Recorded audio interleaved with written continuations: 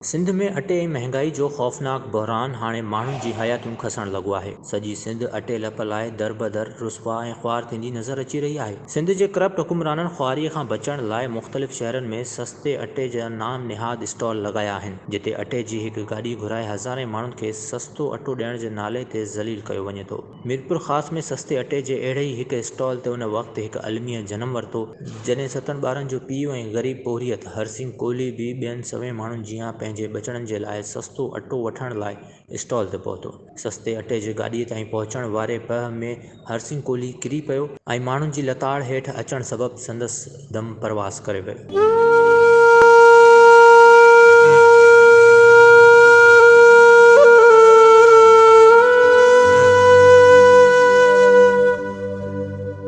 सिंध में बुख ऐं बेहिसी जो अंदाज़ो इन मां लॻाए सघिजे थो त हिकु पासे हरसिंह कोहली जो लाश पियल हो त ॿिए पासे माण्हू सस्तो अटो वठण में रुधल नज़र अची रहिया हुआ। हरसिंह भील जी लाश खे चुंबड़ी संदसि नियाणियुनि जॾहिं दाहूं कयूं तॾहिं माण्हुनि खे इहो अहसासु थियो त हिकु पेट बुखायल पोहरियत जो मौत थियो आहे।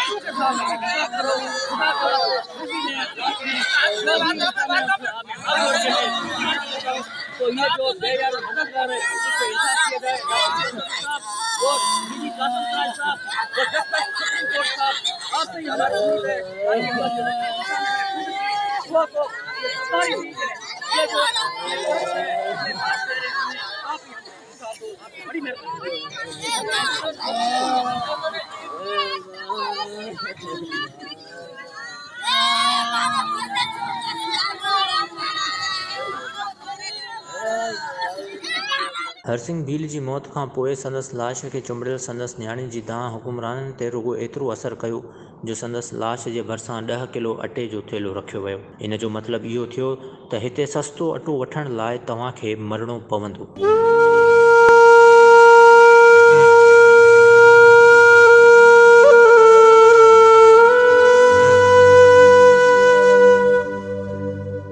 सिंध में अटे ऐं घाटे ट्रोड़ महांगाई जा ज़िम्मेवार इहे ई बेहिस हुकुमरान आहिनि जिन गुज़िरियल साल इमरान ख़ान जी सरकार ते महांगाई जा इल्ज़ाम हणंदे संदसि ख़िलाफ़ लॉन्ग मार्च ऐं महांगाई मुकाओ मार्च कया हुआ। अॼु साॻियनि ई माण्हुनि जी पंहिंजी हुकूमत में 65 रुपयनि वारो अटो 150 रुपया फ़ी किलो जे हिसाब सां मिली रहियो आहे ऐं माण्हू सस्तो अटो वठण लाइ मौत जे मुंहं में हलिया वञनि था। सिंध जा बेहिस ऐं बेशरम हुकुमरान इहा ॻाल्हि यादि रखनि त जेकॾहिं अटे लप लाइ परेशान ही अवाम हिकु भेरो मछरी उथियो त पोइ खेनि किथे बि लिकण जी जाइ न मिलंदी। हरसिंह भील जो मौत ईअं रायगां न वेंदो। हिन जे क़त्ल जी का FIR भले न दाख़िल थी हुजे पर तारीख़ में हरसिंह भील जे क़त्ल जी FIR हुकुमराननि ख़िलाफ़ कटिजी चुकी आहे।